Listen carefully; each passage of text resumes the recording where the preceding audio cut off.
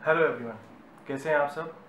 मैं रविराज खरत आज थोड़ा डिटेल में फाइनेंशियल प्लानिंग के बारे में बताने के लिए ये एक छोटा सा वीडियो बना रहा हूँ। रेवा फाइनेंशियल सर्विसेज जो मेरी फर्म है उसका ये पहला हिंदी वीडियो है। पहले मैं एक सेम वीडियो मराठी में बना चुका हूँ। और फाइनेंशियल प्लानिंग जिसे हम कहते हैं हिंदी में, जिसे वित्तीय योजना कहा जाता है, इस बारे में आज अपन थोड़ी सी बात करेंगे। तो इसको आप वीडियो को बेसिक्स ऑफ फाइनेंशियल प्लानिंग ऐसा बोल सकते हैं। वैसे फाइनेंशियल प्लानिंग में तो बहुत कुछ है सीखने के लिए, बट एक कुछ छोटे से बेसिक्स मैं बताना चाह रहा हूँ। तो शुरू करने के पहले मैं एक इम्पॉर्टेंट पॉइंट आपको बताना चाहूँगा कि इंश्योरेंस और इन्वेस्टमेंट, ये दोनों जो चीज़ें हैं ये दोनों डिफरेंट हैं, अलग अलग हैं। इंश्योरेंस और इन्वेस्टमेंट, कोई भी प्रोडक्ट आपको मिलता हो जो एक ही कंबाइंड प्रोडक्ट करके मिलता हो, तो ये प्रेफरेबली हमें नहीं लेना चाहिए। डिपेंड करता है, अगर कुछ टाइप का इंश्योरेंस या इन्वेस्टमेंट नहीं हो रहा हो तो ये प्रोडक्ट हम कंसिडर कर सकते हैं। बट जनरली आप कोशिश करें इन्वेस्टमेंट और इंश्योरेंस को आप अलग अलग ही रखें। तो हम शुरू करते हैं बेसिक्स ऑफ फाइनेंशियल प्लानिंग। तो फाइनेंशियल प्लानिंग का जो सबसे पहला इम्पॉर्टेंट स्टेप है वो है आपके पास होना चाहिए हेल्थ इंश्योरेंस। हेल्थ इंश्योरेंस जिसे हम मेडिक्लेम के नाम से ज़्यादातर जानते हैं। तो ये मेडिक्लेम जो है ये आपके पास सबसे पहले होना चाहिए। आपकी आमदनी शुरू होती है, आप जॉब पे जाने लगते हैं, आपका बिजनेस शुरू हो जाता है, इनकम आना शुरू हो जाती है, तो सबसे पहले आपको अपने लिए और अपने फैमिली के लिए एक बहुत ही अच्छा हेल्थ इंश्योरेंस लेना चाहिए। एक चीज़ यहाँ पे आपको ध्यान रखना है, कोई भी इंश्योरेंस लेते वक्त, वो हेल्थ इंश्योरेंस हो, लाइफ हो, आपको ध्यान रखना है कि आपको उसकी प्रीमियम सबसे पहले नहीं देखनी है। आप इंश्योरेंस बाय कर रहे हैं तो उसके पहले फीचर्स आपको देखने हैं। पहले आप फीचर्स देखें, उसके बाद ऑफ कोर्स प्रीमियम तो देखना ही है अपने को, क्या अफोर्डेबिलिटी है, क्या अफोर्ड हो रहा है।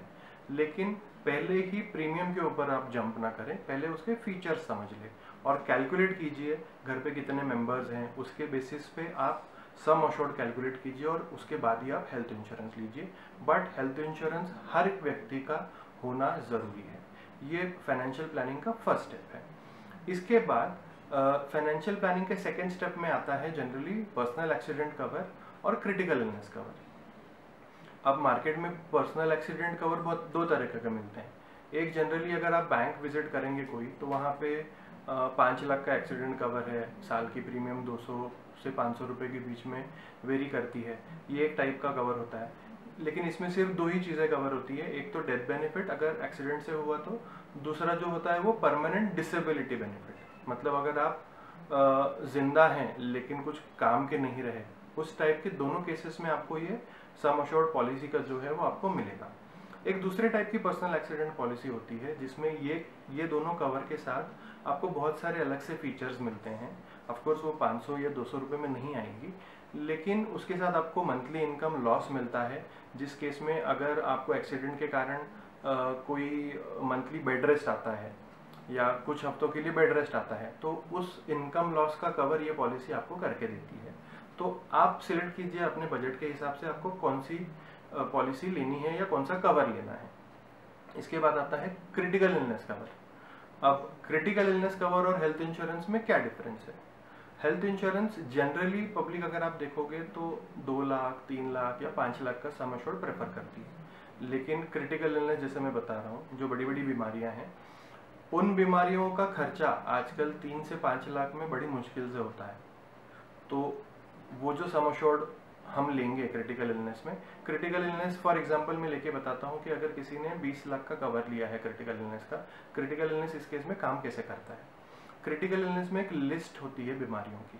जैसे किसी क्रिटिकल इलनेस में 10 बीमारियों की लिस्ट होगी, किसी में 15 बीमारियों की लिस्ट होगी, और इसके अगेंस्ट कुछ कंडीशंस होती हैं। जो पॉलिसी होल्डर है जिसने ये क्रिटिकल इलनेस पॉलिसी ले रखी है, उनको अगर इन बीमारियों में से कोई एक बीमारी हो जाती है और पॉलिसी के अंडर उस बीमारी के अगेंस्ट जो रूल्स लिखे हुए हैं वो अगर फुलफिल हो जाते हैं, तो आपको पॉलिसी से क्लेम मिलना बनता है। अब ये क्लेम कैसे मिलता है। हेल्थ इंश्योरेंस के केस में जितना आपका हॉस्पिटल में खर्चा होगा उतना पैसा आपको मिलेगा। क्रिटिकल इलनेस के केस में जितने का आपने सम अश्योर्ड लिया है, जैसे मैंने एग्जांपल लिया कि 20 लाख का सम अश्योर्ड लिया है, तो ये 20 लाख एक साथ आपके अकाउंट में क्रेडिट होंगे। क्रेडिट होने के बाद आप उस पैसे से आपका इलाज कर रहे हैं उस क्रिटिकल इलनेस का या नहीं कर रहे हैं, ये आपसे वो कंपनी पूछने नहीं आएगी। तो ये होता है क्रिटिकल इलनेस, और क्रिटिकल इलनेस इसलिए होना ज़रूरी है। इसके बाद हम आते हैं तीसरे पॉइंट पे। तीसरा पॉइंट आपके पास होना चाहिए एक calculated term insurance. Calculated term insurance इसलिए होना चाहिए क्योंकि आपको अपनी लाइबिलिटीज पूरी कैलकुलेट करनी है और उसके बेसिस पे टर्म इंश्योरेंस का सम अश्योर्ड डिसाइड करना है। लाइफ इंश्योरेंस में दो पार्ट आते हैं, एक टर्म इंश्योरेंस और एक एंडोमेंट प्लान। एंडोमेंट प्लान वो होते हैं कि जो आप मंथली या क्वार्टरली आप प्रीमियम देते रहें, 15 साल या 20 साल के बाद आपको इतने रकम मिलेगी या आज ही बताया जाता है। बट जनरली आप एंडोमेंट प्लान्स की तरफ न जाएं, पहले आप टर्म इंश्योरेंस लें, क्योंकि टर्म इंश्योरेंस बहुत सस्ता होगा compare to the endowment plans. अगर टर्म इंश्योरेंस की किसी की एलिजिबिलिटी नहीं है और एंडोमेंट प्लान लेना है तो वो भी आप कैलकुलेट करके लीजिए, लेकिन आपका टर्म इंश्योरेंस होना बहुत ज़रूरी है, जो कि मैं रिपीट कर रहा हूँ, कैलकुलेटेड टर्म इंश्योरेंस होना चाहिए। आप अपनी लाइबिलिटीज़ पूरी कैलकुलेट करें, उसके बेसिस पे आप अपना टर्म इंश्योरेंस का सम अश्योर्ड डिसाइड करें। इसके बाद जो फोर्थ पॉइंट है, जो कि बहुत ही इम्पॉर्टेंट पॉइंट है, लेकिन अधिकतर लोग इस पॉइंट को कंसिडर करते ही नहीं हैं और ये क्रिएट नहीं करते हैं। ये चौथा पॉइंट जो है वो है आपका इमरजेंसी फंड, आपातकालीन स्थिति में काम आने वाले पैसे। इमरजेंसी फंड सरल भाषा में आपकी 6 महीने की आमदनी का टोटल है। मतलब अगर किसी की सैलरी 50,000 है तो उसका इमरजेंसी फंड 3 लाख रुपए का बनता है। अब ये 3 लाख रुपए वो बंदा एकदम से तो क्रिएट नहीं कर सकता, एक दिन में, एक महीने में, 2 महीने में। बट ये जैसे आपकी इनकम स्टार्ट होगी, जिस दिन से स्टार्ट होगी, आपको फोकस करना है कि आपको धीरे धीरे आपका इमरजेंसी फंड भी क्रिएट करना है। जैसे अभी आप एग्जांपल देख रहे हैं, लॉकडाउन चल रहा है, बहुत लोगों को डर लग रहा है मेरी जॉब रहेगी नहीं रहेगी, मेरी सैलरी टाइम पे आएगी नहीं आएगी। लेकिन जिनके ऊपर कुछ लाइबिलिटीज़ है, जैसे बड़ी बड़ी liabilities, for example home loan, तो होम लोन की EMI तो भरनी ही पड़ेगी, घर के खर्चे तो चलाने ही पड़ेंगे। तो 6 महीने का आमदनी का बैकअप आपके पास हमेशा होना चाहिए। इनको आप अलग अलग तरीके से रख सकते हैं। जैसे मैंने एग्जांपल लिया 3 लाख का इमरजेंसी फंड, 1 लाख की आप किसी बैंक में FD कर लीजिए, 1 लाख आप म्यूचुअल फंड के लिक्विड फंड में रखिए, 1 लाख को आप डिवाइड कीजिए, कुछ कैश रखिए, कुछ सेविंग अकाउंट में रखिए। ऐसे करके आप अपने इमरजेंसी फंड को भी डिवाइड करके रखिए, सब पूरा इमरजेंसी फंड एक जगह ना रखें। गोल्ड में भी आप आपका इमरजेंसी फंड थोड़ा सा रख सकते हैं, लेकिन अभी के सिनारियो में ये भी हो रहा है कि अगर गोल्ड मेरे पास इमरजेंसी फंड में है, ज्वेलर की शॉप ओपन नहीं है जहां मैं जाके उसको बेच सकूं, तो ये पूरा कैलकुलेट करके आपको आपका इमरजेंसी फंड बनाना है, जो कि बहुत ज़रूरी पार्ट है।